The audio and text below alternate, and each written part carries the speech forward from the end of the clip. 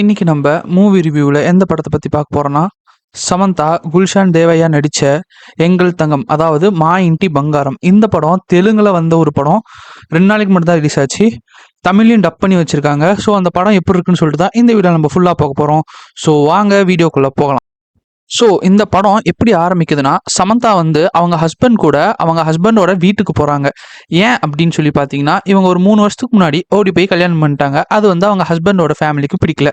இப்போ அவங்க ஹஸ்பண்டோட தங்கச்சிக்கு கல்யாணம் அப்படின்றதுனால இவங்க இப்போ வீட்டுக்குள்ளே போகிறாங்க.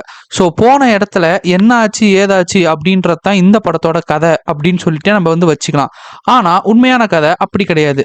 எப்படி தமிழில் 2023 லியோன்னு சொல்லிட்டு ஒரு படம் வந்துச்சோ, அதோட ஒரு ஃபீமேல் வெர்ஷன் தான் இந்த படம் அப்படின்ற மாதிரி வச்சுக்கலாம். இதுதான் சிம்பிளாகவே இந்த படத்தை பற்றி சொல்லணும் ஒரு கதை. சமந்தா தன்னோட பாஸ்ட்ல அவங்க யாரு என்ன அப்படின்ற அவங்களோட ஐடென்டிட்டியை மறைச்சிக்கிட்டு இந்த குடும்பத்துக்கோசரம் அவங்க வாழ்ந்துட்டு இருக்கிறாங்க. அப்ப அவங்க பாஸ்ட்ல கனெக்ட் ஆன சில பல கேரக்டர்ஸ் திரும்ப அவங்களை நோக்கி அவங்களோட வாழ்க்கைக்குள்ள வருது. அதை அவங்க எப்படி ஃபேஸ் பண்ணாங்க, எப்படி இதுல இருந்து வெளியே வந்தாங்க அப்படின்றது தான் மீதி கதை. நமக்கு என்னதான் லியோ அந்த படத்தை வந்து நம்ம ரெஃபரன்ஸ் மாதிரி நீங்க வச்சிருந்தாலுமே அந்த படம் உங்களுக்கு வந்து ஃபுல்லாகவே ஒரு ஆக்ஷன் த்ரில்லர் மாதிரி தான் போயிருக்குமே. உங்களுக்கு வந்து ஃபர்ஸ்ட் ஹாஃப் வந்து ஒரு மாதிரி ஃபுல்லாக ரேசியாக போயிருக்கும், செகண்ட் ஹாஃப் ஒரு மாதிரி எடுத்துகிட்டு போயிருப்பாங்க. ஸோ இந்த படம் அதுக்கு அப்படியே கான்ட்ராஸ்டாக இருக்கும். லைக் எப்படி சொல்லணும்னா, ஓரளவுக்கு உங்களுக்கு படத்தில் காமெடி சீன்ஸ்லாம் நிறையாவே இருக்காது, எல்லாமே நல்லாவே ஒர்க் அவுட் ஆகிருக்கு. ஒரு மாதிரி செட்டில்டாக அந்த படத்தை எடுத்துகிட்டு போயிருக்காங்க, ரொம்ப ரேசியாக இல்லாமல். இந்த படத்தில் இருக்கிற அட்வான்டேஜஸை இப்போ பார்க்கலாம். இந்த படத்தோட மிகப்பெரிய அட்வான்டேஜ் என்ன அப்படின்னு சொல்லி பார்த்தீங்கன்னா, ஃபர்ஸ்ட் இந்த படத்தோட ஸ்க்ரீன் பிளே. சமந்தாவை வச்சு அந்த குல்ஷன் தேவையா காந்தாரா பார்ட் 2 ஓட வில்லன். ஸோ இவங்களோட காம்போ ஆகட்டும், இவங்களோட ஃபேஸ்பேக் சீன்ஸ் ஆகட்டும், இவங்க இந்த படத்தை வந்து கொண்டு போன விதம், லைக் அந்த ஸ்க்ரீன் பிளேவே நான் சொல்கிறேன், அது வந்து ஒரு மிகப்பெரிய ஒரு அட்வான்டேஜாக தான் இருந்துச்சு. ஸோ சமந்தா வந்து இப்பேற்பட்ட பெண் அப்படின்னு சொல்லிட்டு ஒரு பர்டிகுலர் டைமில் வந்து ஜான்சி அப்படின்னு சொல்லிட்டு ரிவீல் ஆக போகுது. ஸ்வர்ணான் தான் ஆக்சுவலாக எப்படி நமக்கு லியோவில் வந்து பார்த்திபன் லியோ அப்படின்னு ஒரே பர்சன் 2 நேம் வச்சிருந்தாங்களோ, அந்த மாதிரி இங்கே ஸ்வர்ணா ஜான்சின்னு இருக்காங்க. ஸோ அதை வந்து ஒரு குறிப்பிட்ட டைமில் ஒருத்தர் மூலியமாக அது ரிவீல் ஆகுது.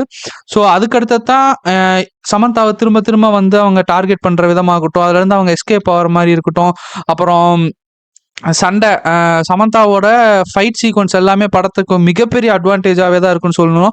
ஸோ கிளைமேக்ஸில் வர ஃபைட் ஆகட்டும், ப்ரீ இன்டர்வலில் வர ஃபைட் ஆகட்டும், எல்லாத்துக்குமே தேட்டரில் சும்மா செதற விட்டாங்க செலிப்ரேஷன் அப்படின்னு தான் சொல்லணும். ஸோ இந்த மாதிரி ஒரு ஜானரான ஃபிலிம் வந்து நான் எக்ஸ்பெக்ட் பண்ணவே இல்லை. நான் ஃபஸ்ட்டு ஆக்சுவலாக ஒரு மாதிரி டீசெண்டான ஃபேமிலி ஜானராக இருக்கும் அப்படின்னு சொல்லிட்டு தான் இந்த படத்துக்கு நான் போயிருந்தேன். பட் ஆனால் இதுக்கு அப்படியே அன்எக்ஸ்பெக்டடாக இருந்துச்சு. ஸோ அது வந்து எனக்கு கொஞ்சம் சர்ப்ரைஸாக தான் இருந்துச்சு. ஆஸ் யூஷுவல் ஒரு நல்ல ஃபிலிம். பெருசாக சாங்ஸ் எதுவுமே படத்தில் வைக்கல, ஒரே ஒரு பாட்டை தான் வச்சுருந்தாங்க. அதுவுமே பார்க்குறதுக்கு நல்ல வைபாக இருந்துச்சு. ஸோ என்னோட பர்சனல் ஒப்பீனியன் என்னன்னா, படத்தை நீங்கள் வந்து தமிழை விட தெலுங்குலேயே படுங்க. ஏன்னா அப்போ தான் அந்த ஒரிஜினாலிட்டி உங்களுக்கு அப்படியே கிடைக்கும். ஸோ நான் படத்தை தெலுங்கில் தான் பார்த்தேன்.